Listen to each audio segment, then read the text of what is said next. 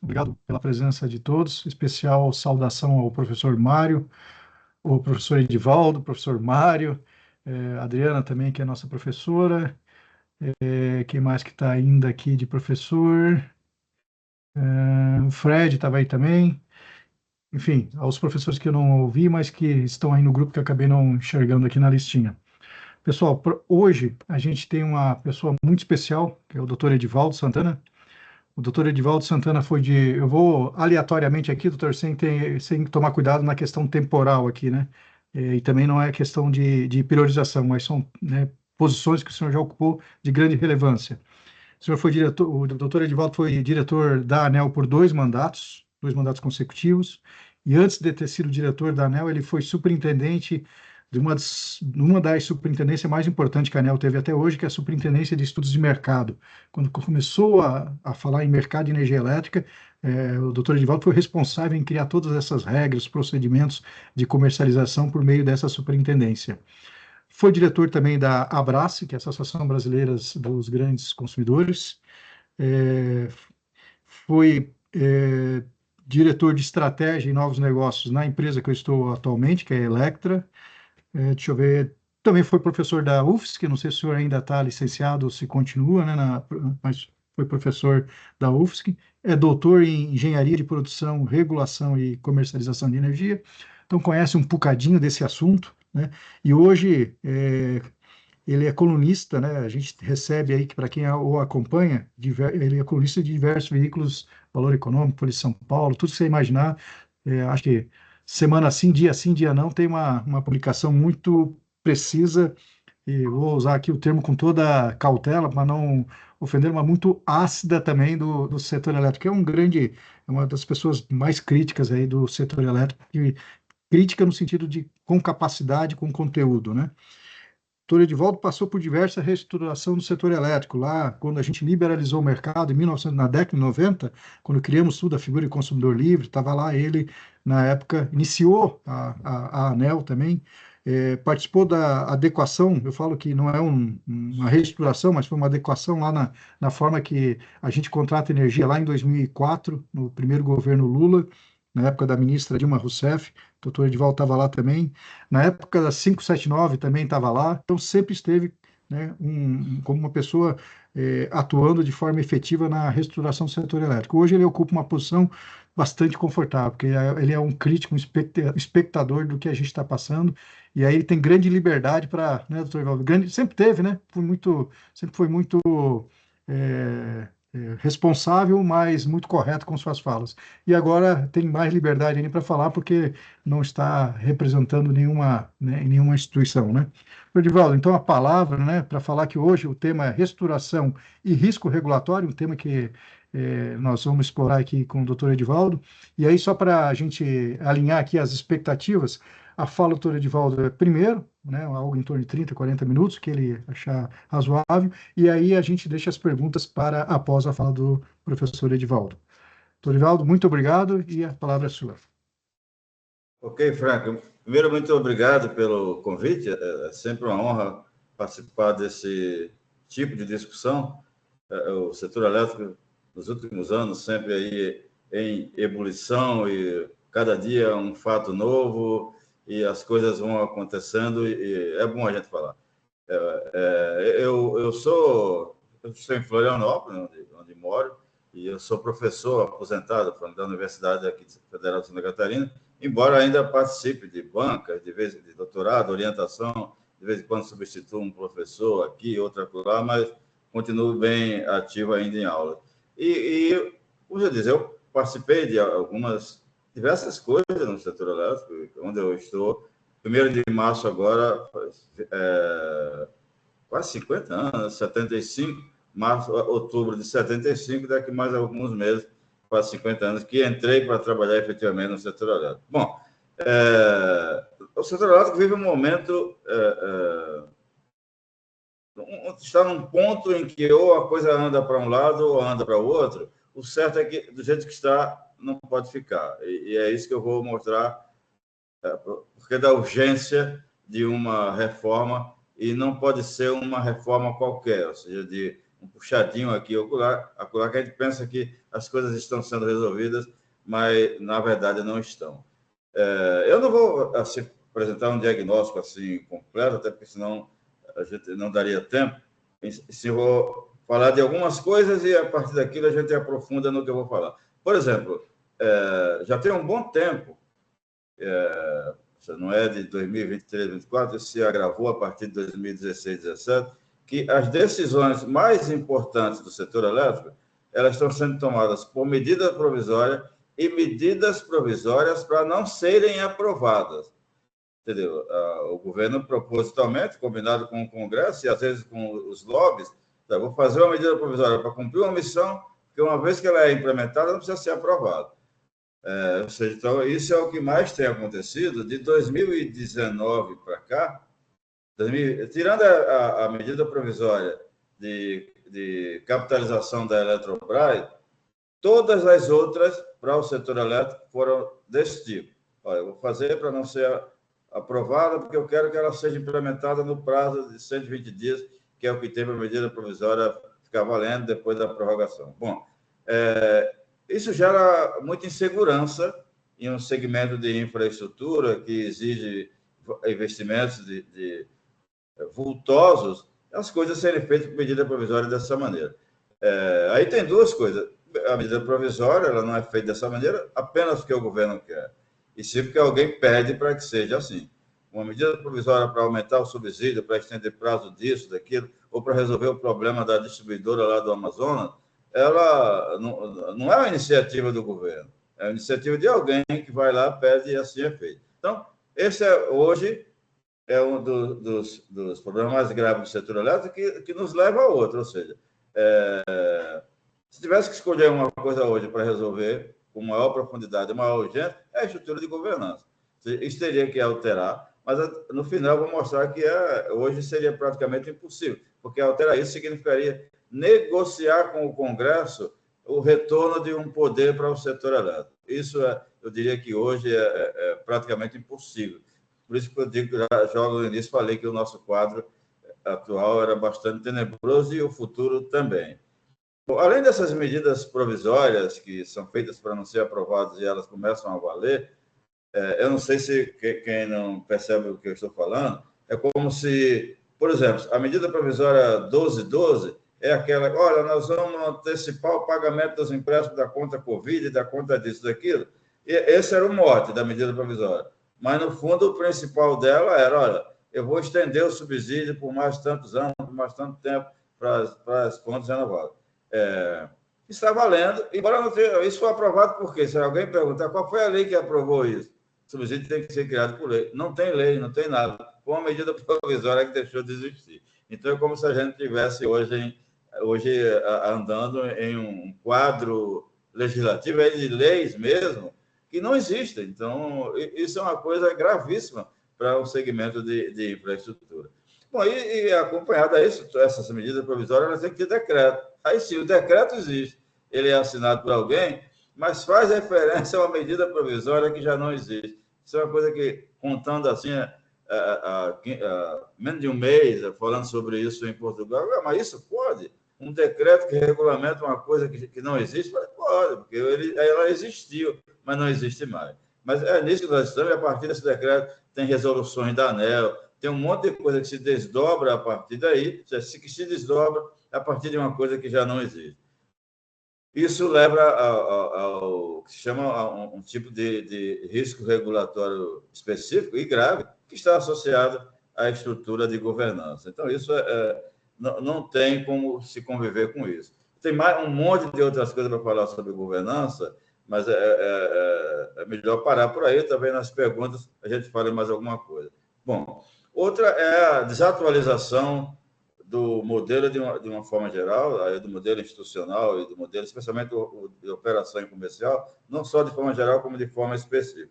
Por exemplo, hoje eu estava fazendo uma palestra para pessoas, para reguladores da Associação Brasileira de Reguladores, pessoal da ANEEL, um bocado de gente, bastante gente, foram várias as perguntas. Eu disse, olha, o modelo foi estruturado para operação centralizada, do que você fala, a operação do sistema é centralizada, todo mundo fez doutorado, mestrado, tudo estudando, tem o ONS, faz a operação centralizada do sistema e tal. A minha fala começou às 10 horas. Então, no meio da fala, teve um intervalo, era muito longo, o outro palestrante era o Rave, então eu olhei como é que estava lá no ONS, por volta das 11 horas, a curva carga-geração naquele instante. 85% do total da carga naquele instante, que era em torno de 92 gigawatts, estava sendo atendido por inflexibilidade, ou seja, era solar, GD, né? Eólica, solar e tal, aí tem as térmicas inflexíveis, mais a nuclear, mais a flexibilidade de algumas hidrelétricas, ou seja, a demanda líquida era muito pequena, era em torno de 20%. Ou seja, a autonomia do ONS naquela hora era muito pequena. Então, é um modelo preparado, todo estruturado para o contrário, ou seja, o ONS operar, o operador do sistema centralizado, operar 80%, 70%, e hoje está ao contrário. Entendeu? E isso era naquele instante, por causa da 40 gigawatts está com só, já foi mais até ontem, hoje era só 40. Ou seja, mas de qualquer maneira, olha, a regra do mercado, tudo que existe foi preparado para uma operação centralizada. E hoje o ONS, mesmo tirando a operação por inflexibilidade de hidrelétrica, termoelétrica, nuclear e tal, o que sobra em outras horas do dia é muito pouco para o operador do sistema. A tal ponto essa crise é tão grande da relação entre a geração distribuída e a rede básica é uma coisa tão grave que esse dia até virou chacota quando a CEMIG emitiu um documento para um cara de uma GD dizendo, olha, tudo bem, eu tenho que mulher atender, mas você tem que produzir à noite, né? O documento é real, isso é real, e todo mundo, então não é energia solar, é energia lunar e tal, mas é a realidade, o cara diz, olha, eu não tenho como aceitar, como dar um acesso a você, porque eu não tenho como lhe atender. Então, isso é muitíssimo complicado. Então, é uma regra, a legislação basta, a lei 10848, a 9648, é como se o centro do setor elétrico é o operador do sistema. Esse operador do sistema está deixando de ser o centro da operação do sistema. Então, isso precisa modificar. Outra coisa,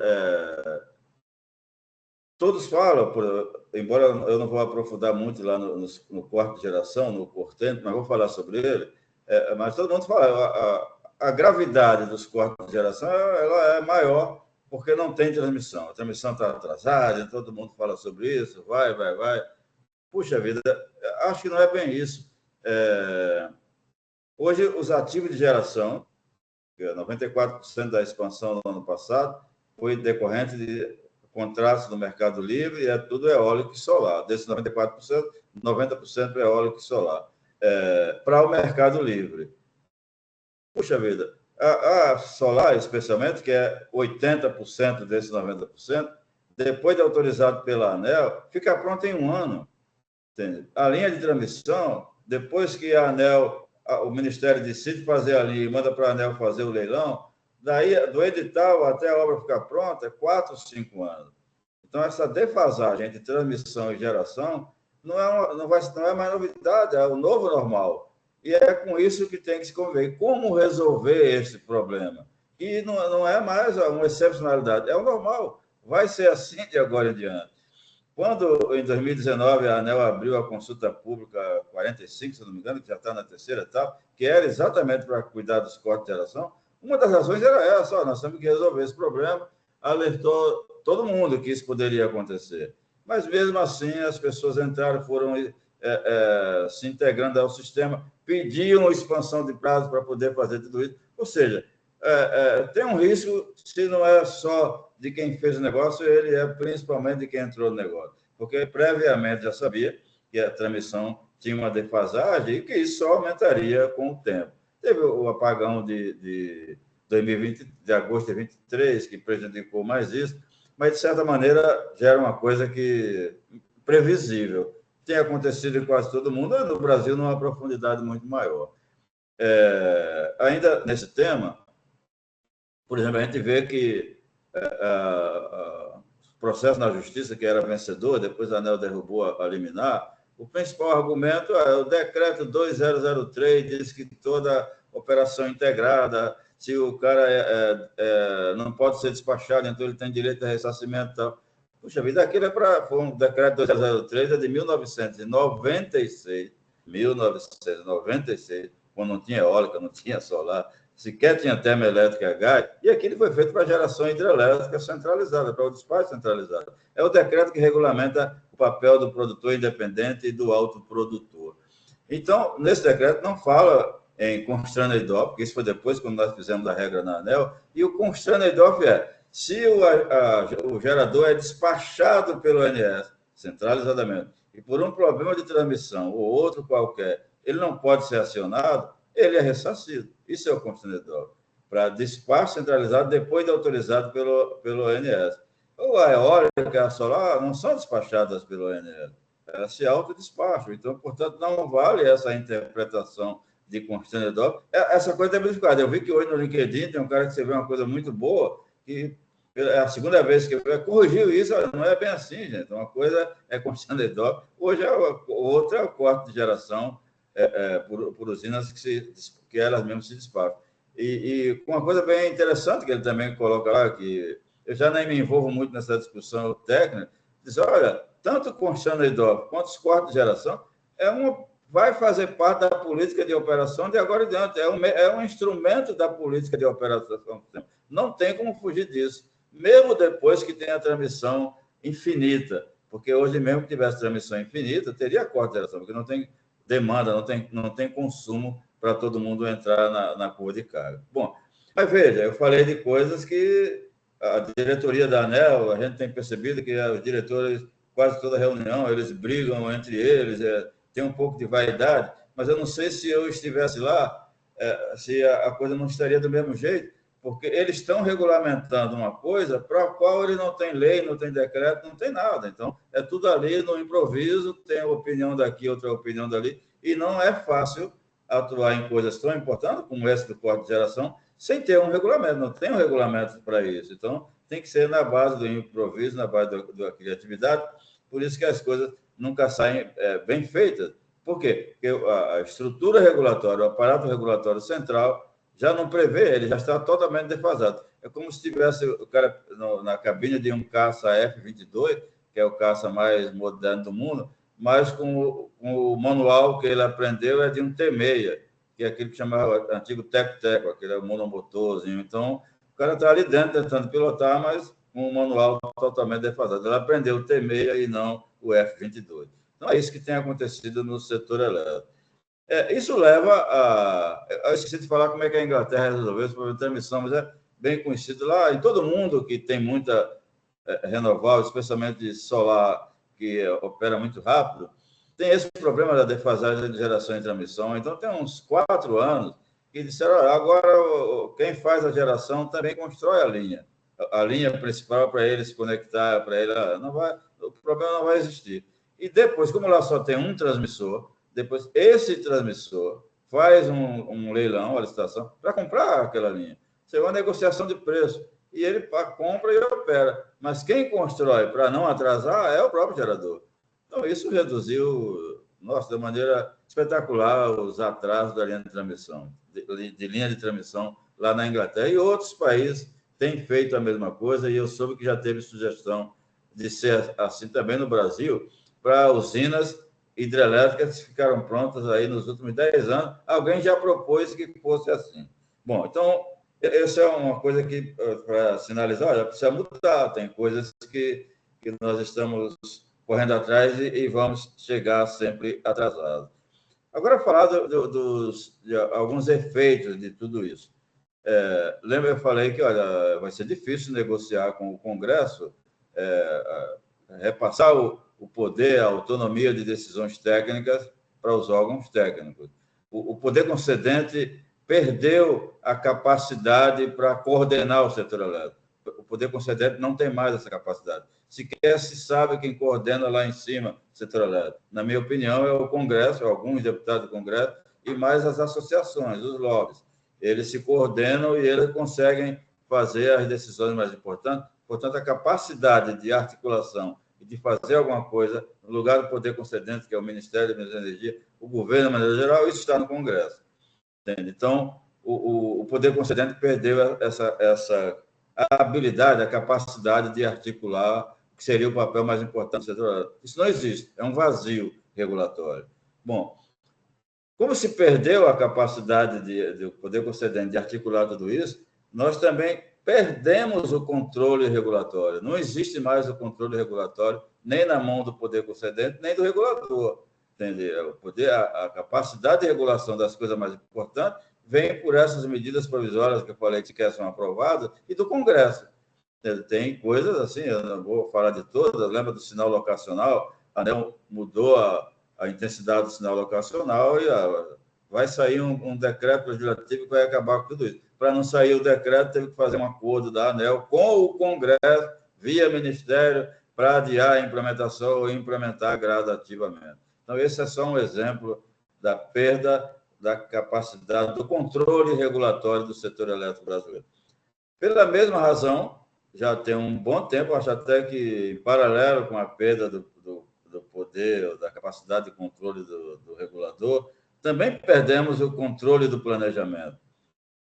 A EPE existe, mas virou um passageiro, está ali no banco do carona, porque quem diz onde é que as fontes, quais são as fontes, como vai ser, onde vai entrar e tal, é quem tem o poder para definir os subsídios. O poder para definir os subsídios está no Congresso. Então, novamente, perdemos o controle do planejamento para o Congresso. O Congresso, hoje em dia, lembra aquelas técnicas da Eletrobras, que é com inflexibilidade de 70%, que vai ser instaladas aqui e ali, o gás vem daqui, vem dali e tal. O Congresso não só definiu a localização das térmicas, definiu o tipo de usina que teria térmica, definiu onde seria localizado, de onde viria o gás. Tudo isso sem passar por qualquer regulador, a não ser por fazer o leilão. E também definiu para PCH, para outras coisas. Estou dando apenas esses grandes exemplos. Então, o controle do planejamento também já foi perdido, no mínimo, grandemente perdido. E agora nós estamos prestes, assim, de uma maneira bem acelerada, de perder o controle da operação do sistema. Entendeu? Isso é uma coisa. Tem lá alguns diretores que lutam, mantêm com transparências, eles conseguem fazer as coisas caminharem, mas teve um episódio recente em que outubro, novembro, a diretoria lá do Zuccarado publicou o planejamento da operação energética 2024-2025. E foi bem contundente no que se pode acontecer, mas é preciso ter uma capacidade técnica para ler tudo aquilo e entender.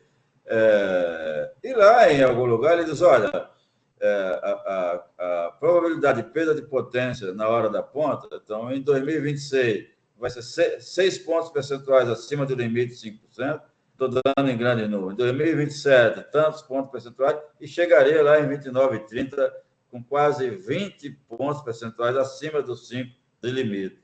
Então, isso seria um escândalo. Aí tem que fazer leilão de reserva de capacidade. Ligou, tem que contratar reserva de capacidade e o montante não é pequeno.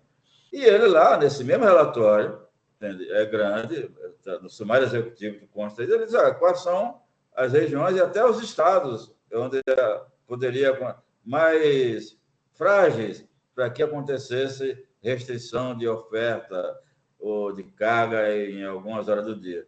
Eu publiquei, assim que saiu o relatório, eu publiquei um artigo no Valor, deu uma certa repercussão, mas não coloquei esse detalhe técnico, digo, onde é que vai ser, onde é que não pode ser. Aí, há mais ou menos 30 dias, o Lauro Jardim, que é um jornalista da Globo muito lido, ele publicou na coluna dele no domingo, ele só escreve no domingo, dizendo os locais. No dia seguinte, o ONS teve que fazer uma nota, o diretor-geral do ONS, que publicou na página principal, dizendo que não era nada disso, que estava tudo confortável. Isso foi no início de fevereiro. Não, confortável, o sistema está chovendo para caramba e tal. Então, esqueçam tudo que está ali. E esse relatório fugiu da primeira tela. Você achava ele lá, mas tinha que procurar, acabava achando. Mas não adiantou, porque todo mundo já tinha, entendeu? O relatório era de final de outubro, então todo mundo começou a mandar para todo mundo. Ele agora voltou o sumário executivo lá para a página principal. Mas por que eu falo isso? Porque teve uma intervenção, para falar coisa dessa, no domingo o governo inteiro se mobilizou por conta da notícia do Lauro Jardim. Poxa, aí isso foi início de fevereiro, a notícia. Puxa, aí veio na segunda semana de fevereiro, aí começaram a sair, poxa, o calor aumentou, o reservatório, em lugar não estão enchendo, estão esvaziando, o que está acontecendo? Aí o PLD subiu e começou a subir, aí, ou seja, 15 dias depois você percebeu, pelo menos do ponto de vista energético, o ONS, o relatório, estava mais ou menos certo, e não a nota que o diretor-geral do ONS teve que assinar. E eu acredito, o diretor-geral do ONS é importante, essa nota saiu no jornal, saiu na TV, aí talvez muita gente tenha escutado aqui, aquele negócio aqui, o reservatório está esvaziando, é bobagem, o cara disse que está tudo legal, então vamos apostar que o PLD vai continuar em 100 e pouco e tal. Não, a coisa pulou para 380, depois chegou a quase 400. Eu dei só esse exemplo para mostrar que, olha, um tipo de interferência, isso não é de hoje, antes existia, por exemplo, a Dilma, quando ela era ministra, depois presidente, não gostava, sempre que saía esse relatório, ela pedia para ver antes, porque dizia, olha, esse troço pode ser uma coisa que eu não gosto. Mas jamais foi como agora, entendeu? Que essa interferência política tem sido na maneira bastante agressiva, uma diretoria do ONS que, embora a coisa esteja sendo muito bem conduzida, algumas pessoas, alguns diretores carregam aquilo nas costas, mas não teria o melhor perfil para estar naquele órgão que é onde estaria, onde é o centro para mim, o centro da estrutura da governança do setor elétrico é a operação do sistema. Então, esse tipo de interferência faz com que, gradativamente, a gente também tem o risco de perder o controle da operação do sistema. Isso é muito ruim. Entendeu? Eu falei sobre isso hoje nessa conversa lá com os reguladores e eu achei interessante que não surpreendeu ninguém. Aliás, se vocês notarem os artigos que eu escrevo, eles têm uma característica que eles surpreendem com o óbvio, porque eu escrevo óbvio. Em geral, eu escrevo aquilo que todo mundo já sabe, só que eu escrevo e ninguém escreve. Então, é isso que surpreende. Bom, então, isso também é grave, né? A gente está, setor elétrico, perdendo o controle das coisas mais importantes, que é o planejamento, a regulação e com grande risco de perder o controle também da operação do sistema.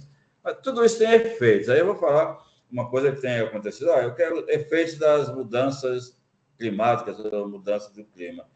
No meu último artigo, eu falei o quanto a mudança do clima tem afetado a capacidade de armazenamento do setor elétrico brasileiro. Os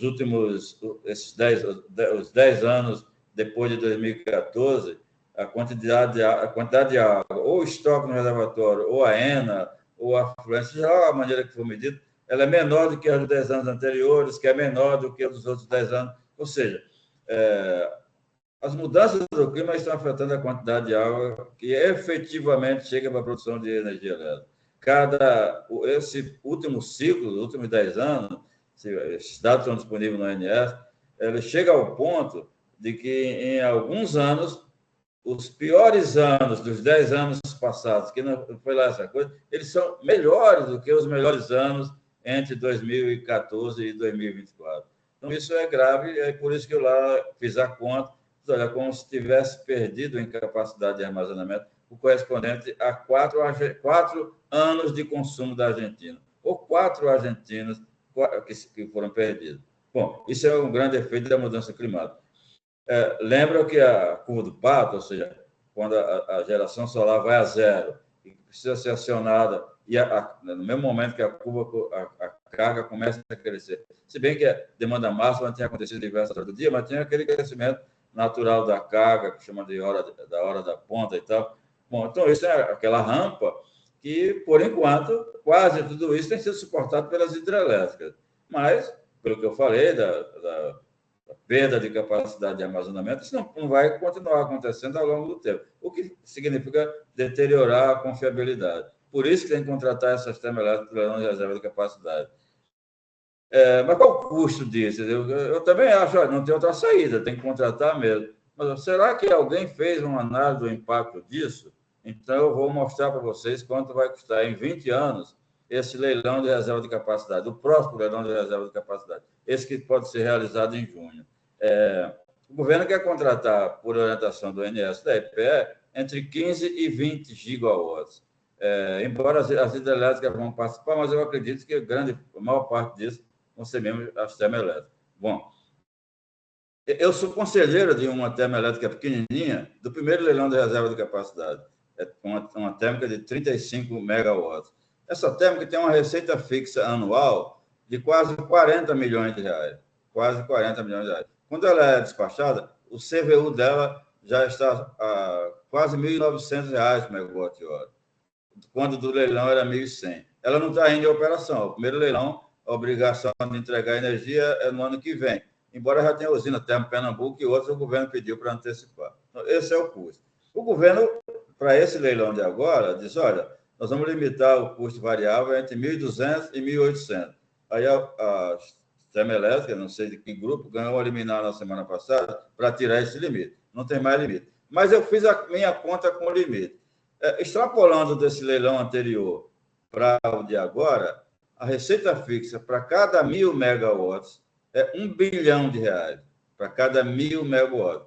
Significa que para 15 gigawatts, você só fazer a conta, dá 15, só a receita fixa, dá cerca de 15 bilhões por ano. Aí, para 15 gigawatts, a partir de 2030, não é? Dá tudo isso agora. Bom, o contrato de 20 anos significa 300 bilhões em 20 anos. Elas vão ser despachadas pela regra que está lá, se tem lá 6, 7 horas por dia, então, suponha que elas sejam utilizadas 1.500 horas por dia, porque o ano inteiro não vão ser utilizadas, as finais de semana praticamente não são utilizadas. Então, 1.500 horas por dia e tal, fiz a conta e tal, com o 1.200 e não com 1.400, nem 1.800, nem fora do limite, só isso daria mais quase 500 bilhões de reais em 20 anos. Então, é muito dinheiro. Entende? Só do leilão de reserva de capacidade, nós teríamos entre 750 e 800 bilhões em 20 anos. Falando sobre efeitos da mudança climática. Vocês viram que semana passada, aí, tem uns 15 dias, a ANEEL aprovou, deu linhas finais aos novos contratos da distribuidora, contrato de concessão da distribuidora. E entre as mudanças, está lá uma coisa que eles deram um nome que eu não gosto muito, que é resiliência climática. A distribuidora pede, olha, a gente quer dinheiro para tornar a rede resiliente e, mesmo assim, se tiver problema, recuperar rapidamente. Então, vai ter dinheiro para investimento, operação e manutenção, que vai representar um aumento de tarifa. Já se fala, só isso vai aumentar 10% da tarifa. Eu não acredito que seja tanto, mas também não acredito que seja menos de 3%, 4%. Puxa, só que a total da receita de fornecimento total cerca de 300 bilhões. 3% disso, aí dá 90 bilhões, mais 90 bilhões, dá 9 bilhões. Aí você leva isso lá também, 20 anos, mais 180 bilhões. Nós pagamos de CDE no ano passado, CDE só subsídio para eólica, solar e GD, 20 bilhões. 19 bilhões 980. Até 2030, dificilmente esse número vai cair de 25 bilhões.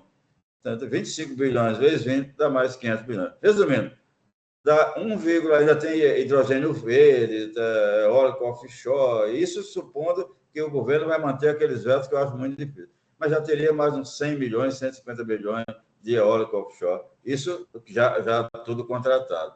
Dá quase 1,7 trilhão os efeitos da mudança climática para conta de luz, ou de custo para o setor elétrico. Isso é impagável. 80 bilhões por ano, significa mais de 20% de aumento da tarifa. E isso é distribuído de uma forma desigual. Por exemplo, em alguns estados, esse efeito é maior, alguns distribuidores, aliás, esse efeito é maior do que nos outros, e alguns, os mais ricos, como tem mais GD, eles são subsidiados e os outros pagam. Você não imagina a distribuição de desigual desse montão de dinheiro que vai resultar. Bom, eu não acredito que isso vai acontecer, porque é tanto dinheiro, tanto aumento de tarifa, que alguém lá na frente vai dizer para a gente, vamos ter que repensar isso, não vai funcionar assim, entendeu? E meu medo é que tudo isso seja feito de uma maneira improvisada. Eu não tenho dúvida que não foi feita a conta da análise do impacto de tudo isso. Quando eu falei sobre isso segunda-feira, naquele evento grandão do Jornal Globo, que o vice-presidente fez a abertura e tal, surpreendeu, mas surpreendeu pelo óbvio, que a maneira de fazer a conta é muito simples. E hoje, quando eu mostrei esse número no evento da ABA, alguma distribuidora, tinha representantes poderosos, você foi muito modesto em algumas dessas suas contas. Na realidade, o leilão da reserva de capacidade, a expectativa de todo mundo é que o custo seja maior do que esse. Entendeu? Então, ninguém pode mais dizer, eu fui surpreendido com esses valores, porque isso já não é mais surpresa para ninguém. Portanto, nós temos um grave problema, essas mudanças do clima, elas vieram para ficar. Eu acho que não tem outra solução de curto e médio prazo para resolver a confiabilidade, a não ser contratar termoelétrica mesmo, a GAI, mas tem o poder do lobby, que olha, não se satisfaz só com o CVU entre 1.200 e 1.800. Não, eu quero sem limite. Aí foi sem limite. Se o leilão for bem competitivo, aí avançar no limite não tem problema, a competição vai resolver isso. Até porque tem 75 gigawatts de oferta e o governo quer contratar 15 ou 20. Então, isso não preocuparia muito.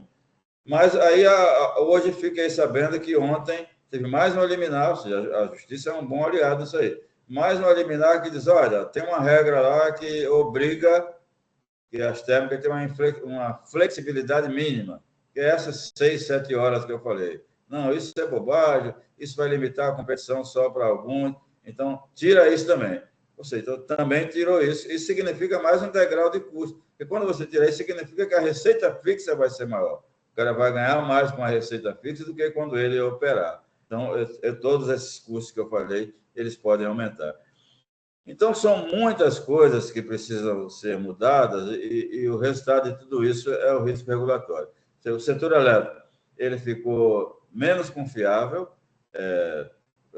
por toda a confiabilidade que eu estou falando do ponto de vista técnico, maior risco regulatório e vai ficar muito mais caro do que o que ele já é. Ou seja, a chance de oportunismo regulatório nesses instantes era muito grande, porque lembra da medida provisória 579? Era no momento que a tarifa ia subir, era 2 anos antes da eleição, puxa, alguma coisa temos que fazer. Aí saiu uma loucura como aquela para tentar resolver um problema que criou outro, entendeu? Então, como eu vejo um problema com a gravidade deste, e não conheço ninguém assim das pessoas mais envolvidas e com capacidade de formular para fazer alguma coisa de uma reforma desse tipo. Eu não vejo essas pessoas, você conversa, ninguém está trabalhando nisso. Se essas pessoas não estão trabalhando nisso, em uma reforma, é porque essa reforma não está saindo, não está andando, não tem ninguém fazendo. E o ministro deu uma entrevista esse dia, não, em 60 dias sai. Aí vai ser medida provisória, projeto de lei, ele não falou. Aí agora ele já disse, não vai ser medida provisória, vai ser projeto de lei. Para ser um projeto de lei, alguém tem que estar preparando um documento para fazer esse projeto de lei. E não é simples, com os graves problemas que nós temos que preparar tudo isso. Por sorte, as pessoas que estão no Ministério, o Gentil, o Fernando Colli, o próprio Barral, são pessoas boas e mesmo que saia alguma coisa lá meio improvisada e sem ouvir quem deveria ouvir, sem ouvir todo mundo, não vai ser uma coisa tão ruim, porque são pessoas que sabem o que deve ser feito. Mas meu medo é que, normalmente, em lugar de escutar as empresas, normalmente se escute o lobby. Daquela vez que o ministro chamou lá Edivaldo, Gerson Kelman, Zé Mário Aldo, Mário Santos e tal, tirou umas fotos que saíram dos jornais, mas o recado de todo mundo é, ministro, se for mesmo fazer alguma coisa, antes de ouvir as associações, ouçam os donos das empresas, dirigentes das empresas. Não é nem o executivo, o diretor, é o presidente do conselho, é o cara que põe o dinheiro. Essas pessoas que têm que escutar para saber o que tem que fazer. Até a Dilma fez isso na Lei 10.848, o governo Fernando fazia muito isso. Quando ela resolveu não fazer, deu na 579, que acabou resultando no resultado que todos nós conhecemos. Então, é isso, Franco, que eu tinha que falar nesses 30 e poucos minutos, e abra aí para discussões e a gente poder explorar outros temas ou aprofundar nos temas que eu apresentei aqui agora. Nossa, excelente, professor. Muito bom mesmo. Uma visão aí, uma ótica muito peculiar aí sobre a questão das MPs também, que eu não tinha pensado. Eu vou usar da prerrogativa aqui de apresentador, coordenador aqui, para, se puder, já fazer uma pergunta na linha do que você falou da perda do controle regulatório e planejamento e operação para o Congresso Nacional. E acho que a leitura, assim, é perfeita mesmo, né? Compartilho a mesma visão. Mas eu tenho uma preocupação que essa perda do Congresso, ela também tem aí uma disputa ou uma perda também com o Judiciário. Cada vez mais o setor está, as empresas, as associações, enfim, têm judicializado. E aí eu queria ouvir o senhor sobre essa preocupação, né? Porque judicialização tem a ver com um setor menos confiável e tem a ver com um risco regulatório maior, né? É verdade. Hoje até um dirigente de uma agência reguladora, ele falou isso, exatamente isso que falou, não é só isso que tem acontecido, e ele deu exemplo, que eu também vou dar, a juíza lá do Amazonas, que ela está fazendo o papel de reguladora, o caso lá, o que a ANEEL disser, ela diz o contrário. Esses dois últimos casos do grupo de termoelétricas, que brigou primeiro para tirar o limite, o teto do CVU, e agora para tirar também o limite a flexibilidade mínima, isso também tudo decisões judiciais e temas extremamente complexos. Já pensou o juiz entender o que significa 2 horas antes de ser acionada, 2 horas depois e tal, e a justiça se envolve nisso. Você tem razão. Hoje tem casos em que grupos, grandes escritórios, eles criam o problema para resolver, aí leva para a justiça e lá resolve e sai de lá com uma solução. Aí só um exemplo. Recentemente, um colega que ele não era do setor elétrico, era um dirigente de uma grande empresa que faz parte da Abrace. A Abrace só tem lá a empresa que o consumo tem que ser no mínimo 100 megawatts. Então, portanto, uma empresa grande. Ele se aposentou e ele tem uma fazenda. E uma linha de transmissão vai passar dentro da fazenda dele. Ele quer resolver, não tem problema passar, mas não passa por aqui, passa por ali, tem todos os locais, está 2 anos nessa batalha, entra na justiça e tal. Aí ele me pediu um advogado para ajudá-lo nisso. Ele não quer briga, ele quer só resolver. Aí eu dei para ele uma lista de escritórios de advogados que entendem do assunto. Nenhum pôde trabalhar para ele, porque todos estavam conflitados. Aí nessa linha que você falou, não existe mais advogado, isso é uma característica, vamos conflitar fulano. Aí contrata aquele escritório só para ele ficar com conflito e o outro lado não poder contratar.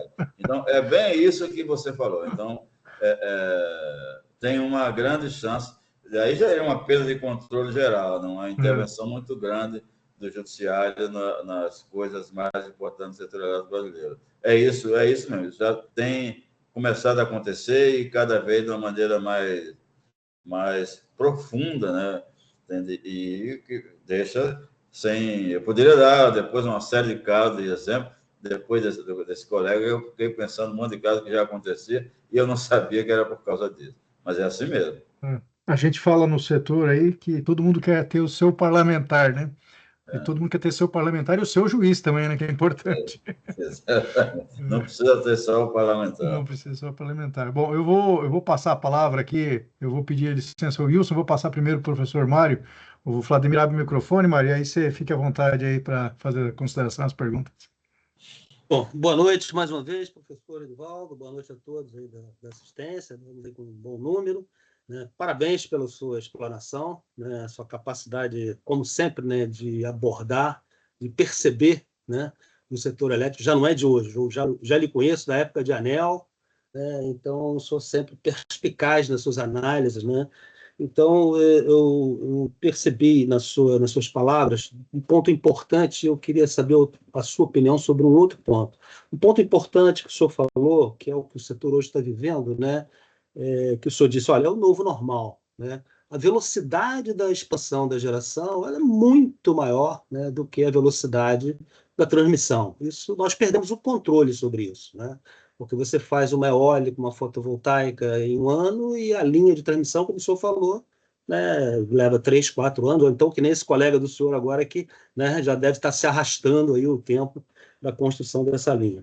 Eu lhe pergunto, professor, dentro dessas questões, né, de um novo normal, essa é uma delas, eu também concordo com o senhor, né? Vai ser muito difícil, todo mundo está enfrentando isso, o Reino Unido está dando uma solução interessante, mas essa questão de perda do controle do planejamento, perda do controle regulatório, risco de perda do controle da operação, o senhor acha que isso vai ser um novo normal, ou o senhor ainda tem esperança de que isso possa se reverter e o setor resgatar aquilo tão precioso que ele teve, por exemplo, na época do RICEB, né, que o senhor participou bastante, né, eu também tive a oportunidade de participar, havia muitas discussões, né, eram plenárias longuíssimas, né, doutor Paixão, né, conduziu aquilo com muita paixão, aliás, né, fazendo um trocadilho, né. O senhor acha que isso vai ser um novo normal, professor? Porque isso é o que nos preocupa, né, que essa perda do controle do setor elétrico vire o normal. Qual é a sua opinião, professor? Pois é, Mário. Aliás, para mim ficar estranho, o Mário ficar me chamando de senhor, né? Porque eu e o Mário sempre fomos ali ombro a ombro. Pô, Mário, para com isso. Mas vamos lá. Mário, esse é o lado triste da história. Eu tenho esperança que isso se resolva, mas é muito difícil resolver. Eu imaginava que o governo atual, o cara entrou com toda a força, e ele tinha lá um bom diagnóstico das coisas que aconteciam no setor elétrico. Aí ele vai enfrentar esse problema e ele vai trazer de novo o poder técnico para as instâncias naturais do setor elétrico. E foi o contrário.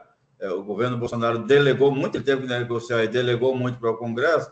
Imaginava-se que o governo Lula, não, agora vou trazer para cá, que era na época da Dilma, ela centralizava tudo. Não, ele teve que delegar mais ainda.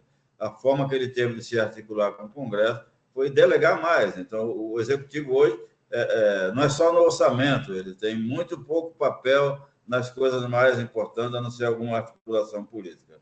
Bom, para fazer isso, que eu tenho esperança, veja que nós resolvemos o problema do racionamento de 2001 com um acordo geral do setor elétrico. Eu diria que, eu, por exemplo, acho que os quadros de geração, só para dar um exemplo, o risco não é tanto do consumidor, ele é mais de quem quis fazer a obra, mas mesmo assim eu acho que tem que fazer um acordo, o consumidor tem que pagar uma parte disso, porque eu não acho que deve ficar nessa briga, nessa lenga-lenga por muito tempo, é melhor resolver. Então, o grave problema do setor elétrico, que é esse da governança, de voltar ao poder, ele também tem que ser feito um acordo. Só que tem que ser um acordo com o Congresso, entende? É o Executivo negociar com o Congresso, e isso na situação de fragilidade do Executivo hoje, isso é extremamente difícil, por isso que eu acho que eu tenho esperança, mas eu vejo como uma esperança, a gente está num fio de esperança, né? Então, eu tenho 72 anos, eu espero, esse troço vai resolver nesse governo, vai ficar alguma coisa encaminhada para o próximo, mas eu cada vez acho muito difícil, exceto se tiver uma crise muito grave, sabe? Numa hora dessa, uma crise, assim, um apagão daquele de um dia, para nego ver, nossa, porque o leilão de reserva de capacidade ele vai ser tão grande, não é só porque tem menos água, é que a expansão da eólica e da solar foi desordenada, entendeu? Eu acho que uma coisa mais meritória que nós fizemos, bastante virtuosa, mas foi desordenada, entendeu? Então, é isso que está levando a essa crise. Então, nós chegamos a fazer leilão de reserva entre 2008 e 2016, tem eólica e solar contratada como energia de reserva. Agora nós vamos contratar uma energia para fazer a reserva da reserva. Então, nós cometemos erros gravíssimos durante todo esse tempo e não se pode cometer erros tão graves com uma coisa que é física, né, como energia elétrica. O lado racional, ele prevalece sempre. Então, uma hora a conta chega. Então, Mário, eu tenho esperança, mas acho difícil. Eu não vejo capacidade no governo atual e nos nomes que eu vejo falar que vem por aí para resolver esse problema. Porque o setor elétrico é técnico, mas grande parte do problema hoje a ser resolvido é político. E é muito difícil. Obrigado, Edivaldo. Edivaldo, eu acho que até essa parte do novo normal, da concentração do poder do Congresso Nacional, ele não é só do setor elétrico, né? Ele é mais abrangente, né? O Executivo perdeu aí, já acho que desde uns 3, 4 presidentes do Congresso, né, anteriores, que eles vêm cada vez mais tomando poder para si, e é difícil retornar, né, ao status quo. Ainda mais nós que somos um setor elétrico muito pequeno, perto de um escopo maior, né? Eu gostaria de passar a palavra para o Wilson, Wilson, e aí, se você pudesse se apresentar, Wilson, que eu confesso que não estou lembrado, né, e fazer as Ah, suas considerações. tá ok, obrigado. Eu, Wilson, sou da Cocal, já participei de um treinamento na Sul e recebi o convite. Agradeço por terem lembrado do WhatsApp, né? Por ter mandado uma grande oportunidade de ouvir o Dr. Divaldo. Ele trabalha com a gente em alguns projetos específicos na Cocal. A Cocal é do setor sucroalcooleiro, né?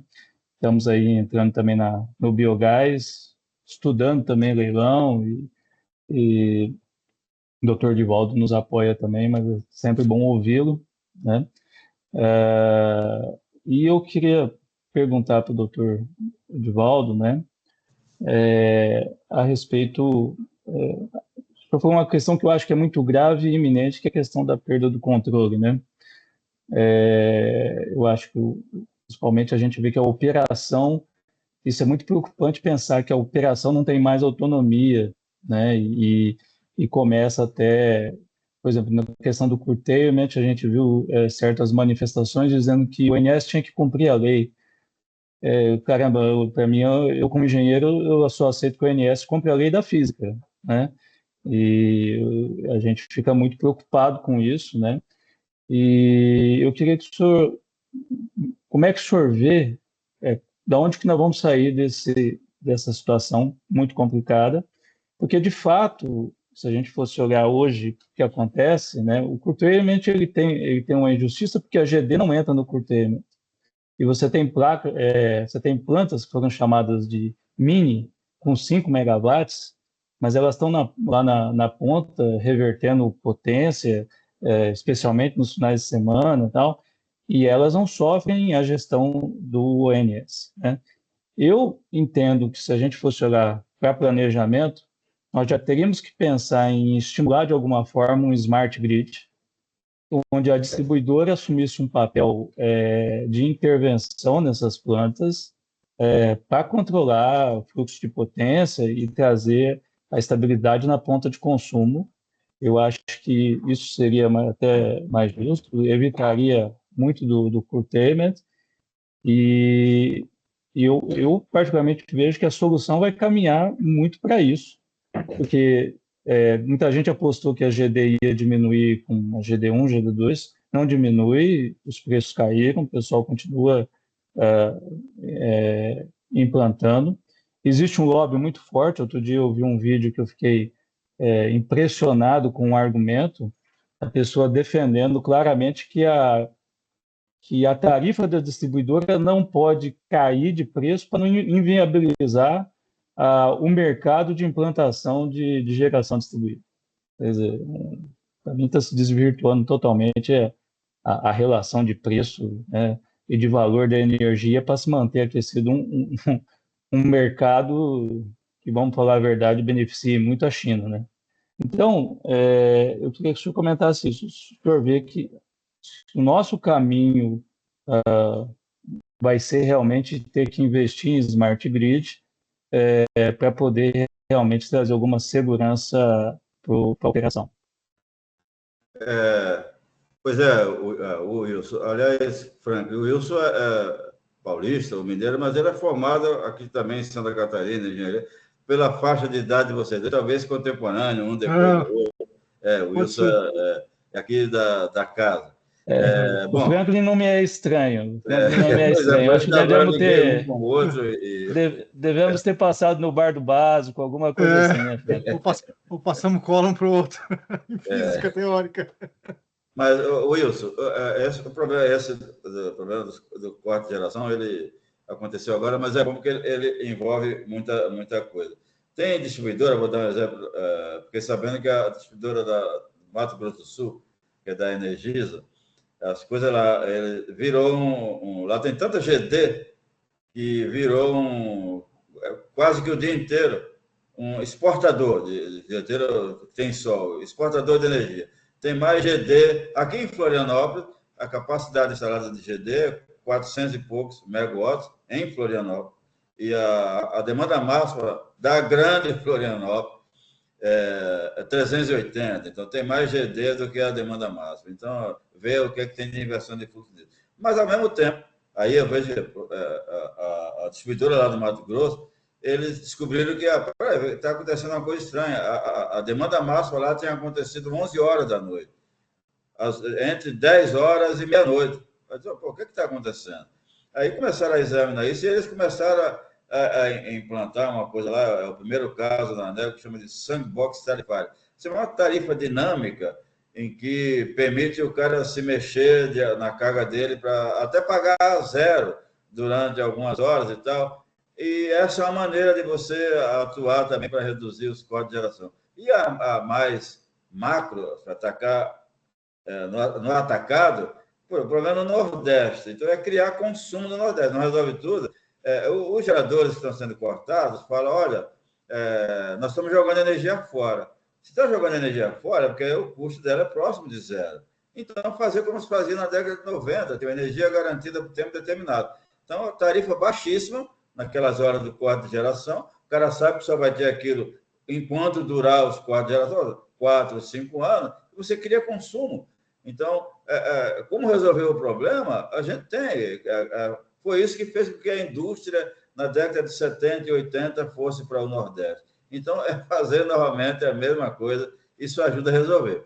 O problema é, você fala isso com algumas pessoas do Ministério, aí eles ficam, ou seja, gera surpresa, porque as pessoas estão acostumadas com aquelas soluções mirabolantes, que precisa fazer um teste, muda a CAR, muda o alfa, muda isso. Não, tem soluções mais simples que resolvem o mesmo tipo de problema, entendeu? Mas é por aí, eu estou dizendo que parte desse problema está lá na ponta, na distribuição, para ajudar a resolver, e a medição é central para tudo isso. Não faz nada disso sem medição inteligente, que é para o cara poder se mexer, o próprio consumidor de baixa tensão poder se mexer na curva de uma maneira eficiente, melhorar para ele e também para a curva de carga do sistema. Mas é por aí. Essa é uma solução, é uma boa solução, mas ela não é fácil de implementar e eu não sei quem está pensando sobre isso. É bom a gente começar a falar, que até nós vai se tocar, puxa, é por aí mesmo. Mas é por aí, Wilson. Essa é uma das saídas. Já está sendo praticada no Mato Grosso do Sul. Edivaldo, outra coisa é PLD negativo, né? Custo marginal zero, né? Custo marginal negativo, né? Ué, se o cara quer continuar injetando, ele teria que pagar para isso, né? Isso. E aí incentivaria o consumo nessas horas também. Isso. Ter uma trava de PLD não é muito consistente também. A gente tem mais dois inscritos e aí a gente termina. Pode ser, professor? Pode. Vai em frente. Tá bom. Eu vou passar a palavra para a Camila. Camila, da mesma forma, se você pudesse apresentar para todos e aí fazer a sua pergunta, a sua colocação. Boa noite a todos e todas, né? Sou Camila, eu trabalho no Operador Nacional do Sistema Elétrico Brasileiro, na parte da geração. E, Edivaldo, assim, saindo um pouco dessa parte do tema de grão de capacidade, né? Como o senhor mencionou, o setor enfrenta desafios relacionados à parte da eólica solar. Desde 2019, a gente tem em andamento a CP 45, que busca regulamentar os cortes dessas fontes, uma vez que a gente não tem uma definição clara sobre essa questão. Eu queria saber a sua opinião, né, a sua visão, de que forma a implementação da CP 45 ela impacta a regulação do setor.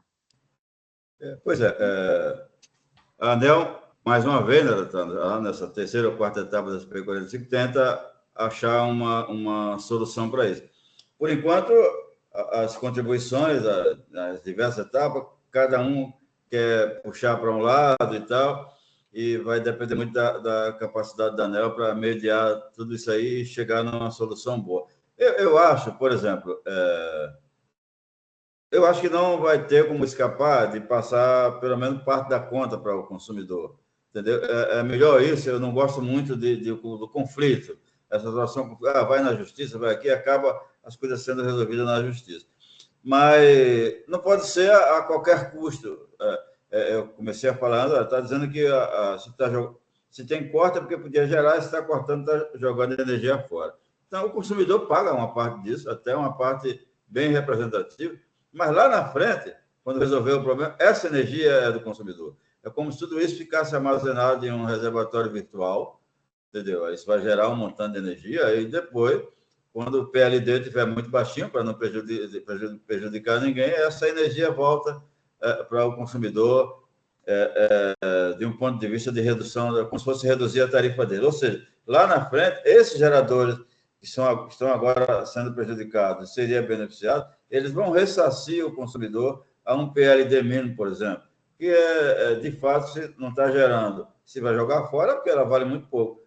Então, eu acho que essa é uma solução que ajuda a resolver boa parte do problema. Eu não sei, eu vou propor isso, primeiro publicamente, depois na própria consulta pública, porque eu, como fui um dos primeiros para dizer, esse risco não é do consumidor, então eu acho que eu também eu posso dizer, não, tudo bem, o consumidor paga uma parte, mas topa depois essa energia ser dele. Não é a primeira vez que isso vai ser feito, não. Tá?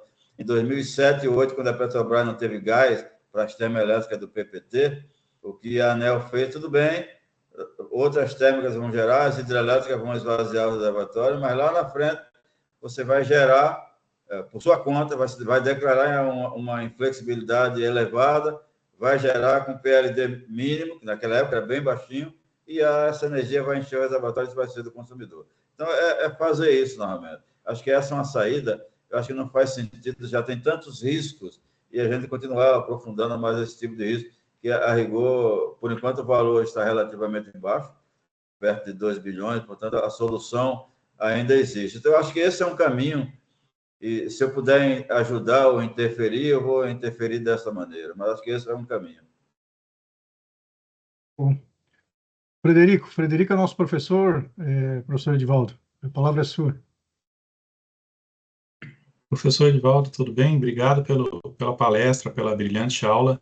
É uma satisfação poder ouvi-lo.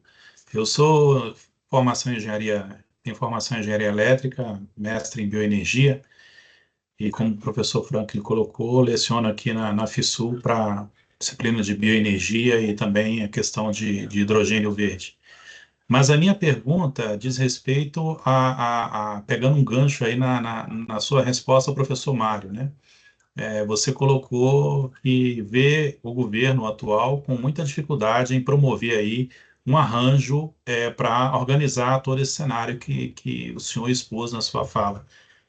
É evidente que um cenário crítico, como foi a sua exposição, ele depende de medidas amargas, né? Recentemente, o ministro de Minas e Energia, dando uma entrevista no Poder 360, ele deixou claro que isso não vai acontecer tão rápido para não desgastar o governo, né? Essa reforma tão esperada do setor elétrico. Vejamos, nós estamos aí num 2025, um ano pré-eleitoral, 2026, um ano eleitoral. Não sabemos qual será o resultado da eleição, e independente do resultado da eleição, eu prevejo aí que a gente comece a marchar para uma solução em primeiro semestre de 2027, né? Pegando a contextualização aí do que o senhor explanou e de um pouco da sua resposta ao professor Mário Daia. Esses 2 anos e meio, praticamente, de inércia, qual é o tamanho do risco que isso vai representar? Ou seja, hoje nós estamos num risco X. Esses 2 anos e meio de inércia vai acrescentar quanto a mais nesse risco, se é que é possível mensurar esse risco? Ótima pergunta, Frederico. Acrescenta muito. O cenário é esse mesmo. Ou seja, eu li essa fala do ministro do Poder 360, em que a preocupação dele é que ele sabe, por que ele disse aquilo? A entrevista completa, ele sabe que para resolver um dos maiores custos do setor elétrico, que são o subsídio, ele vai ter que mexer no subsídio para trás. Ou seja, os grandes consumidores, as comercializadoras, olha, tudo bem, eu quero acabar com o subsídio, mas pode acabar mais para frente. Para trás, para quem já tem, não pode mexer no direito adquirido. Hoje eu vejo que as pessoas já não falam mais assim. Mas pelo ótimo de Pareto, não tem como você mexer no ótimo global sem afetar a situação de que já está no ótimo sozinho. Então, é esse medo que ele tem de fazer uma mexida maior agora e estragar mais ainda a imagem do governo perante uma mexida dessa para resolver só esse problema do subsídio, que quando ele falou isso, ele pensou no subsídio, ele vai mexer com a indústria, entende? Com os grandes consumidores, com os formadores de opinião, então ele tem medo disso. O problema é que eu também acho que o governo atual, quando ele fala, em 60 dias vou mandar alguma coisa, eu acho que não vai mandar, entende? Se mandar é mais um outro puxadinho, porque não tem como fazer uma coisa da maneira que se precisa fazer em tão pouco tempo. Mas se não fizer, os riscos são enormes. O aumento dos custos por causa dessa inércia é assim assombroso. Você fazer um leilão de reserva, parte da usina, pelo menos 20% daqueles 15 e tal, entra até o ano que vem. Entendeu? Isso aumenta os custos de uma maneira assim que não é ainda aqueles 600, 700 bilhões, mas já é um custo representativo para uma tarifa que já está elevada. Então, o desgaste virá de qualquer maneira, seja porque ele vai mexer de uma maneira que alguns não vão gostar, ou via aumento de preço. Ou seja, a tarifa ela é crescente nos próximos anos, queira o governo fazer a mudança ou não queira. Então, o desgaste ele já está contratado. O problema é, eu vou me desgastar e deixar a coisa ficar ainda pior ou não? Esse foi um grande erro do governo Lula, Dilma, porque em lugar de deixar essas coisas técnicas e o custo de tudo isso para a ANEEL, que era a ANEEL que tinha que estar, pelo menos com essas coisas principais, dizendo o que deveria ser feito, ele puxou para si. Agora puxou para si uma coisa que já era um desgaste e ele não tem como resolver, entendeu? Então, os custos de adiar esse problema para 2027, que eu acho que vai ser o que vai acabar acontecendo, ele vai ser enorme, vai ser pagar pelo aumento de tarifa. O cenário não é favorável, né? O cenário é bem difícil, bem desafiador. Bom, professor, chegamos aqui ao final do nosso encontro. Gostaria de agradecê-lo mais uma vez, agradecer a todos aí que nos ficaram até o final e esperamos contar com o senhor em outra oportunidade, porque sempre é bom escutá-lo e ler o que o senhor escreve. É uma grande lição. Ok, Frank. Mais uma vez, vocês contem sempre comigo. Eu sempre gosto de participar dessa coisa. A gente teve perguntas aí que nunca foram feitas e me ajuda a pensar mais ainda sobre algum tipo de problema. O Franklin, ele é sobrinho de uma pessoa muito amiga minha, o professor Neri. Eu, como todos os estudantes vai fazer doutorado e tal, sempre preciso de um orientador. E eu era um aluno que não era dedicação exclusiva no doutorado, eu trabalhava na Eletrosul, já era professor da universidade, e eu tinha dificuldade de arrumar um orientador, porque eu não ia muito na universidade, lá, só ia na hora da aula, lá no doutorado, né? E aí o Neri, que é o tio do Franklin, ele era o coordenador, não, vou assinar aqui como seu orientador, e depois a gente cuida de mudar para quem entenda do assunto. Então, eu sempre fui muito agradecido ao tio do Franklin por isso, porque se não fosse esse passo de alguém que... E eu não conhecia bem ele, de me aceitar lá para começar. Era o passo primeiro para ir no doutorado, depois da disciplina. Na época, mesmo antes da disciplina, tem um orientador e ele fez isso por mim. Então, é o tio do Frank. Então, de qualquer maneira, muito obrigado. E é sempre bom rever aqui o Mário. Tivemos sempre ombro a ombro, o Wilson e tal, e vários outros. Isso é sempre bom. Contem sempre comigo. Obrigado, Edivaldo. Obrigado pelas palavras também do Neri. Um abraço, gente. Boa noite a todos. Um abraço. Boa noite, muito obrigado. Pessoal. Boa noite. Boa noite a todos. Boa noite a todos. Boa noite, pessoal.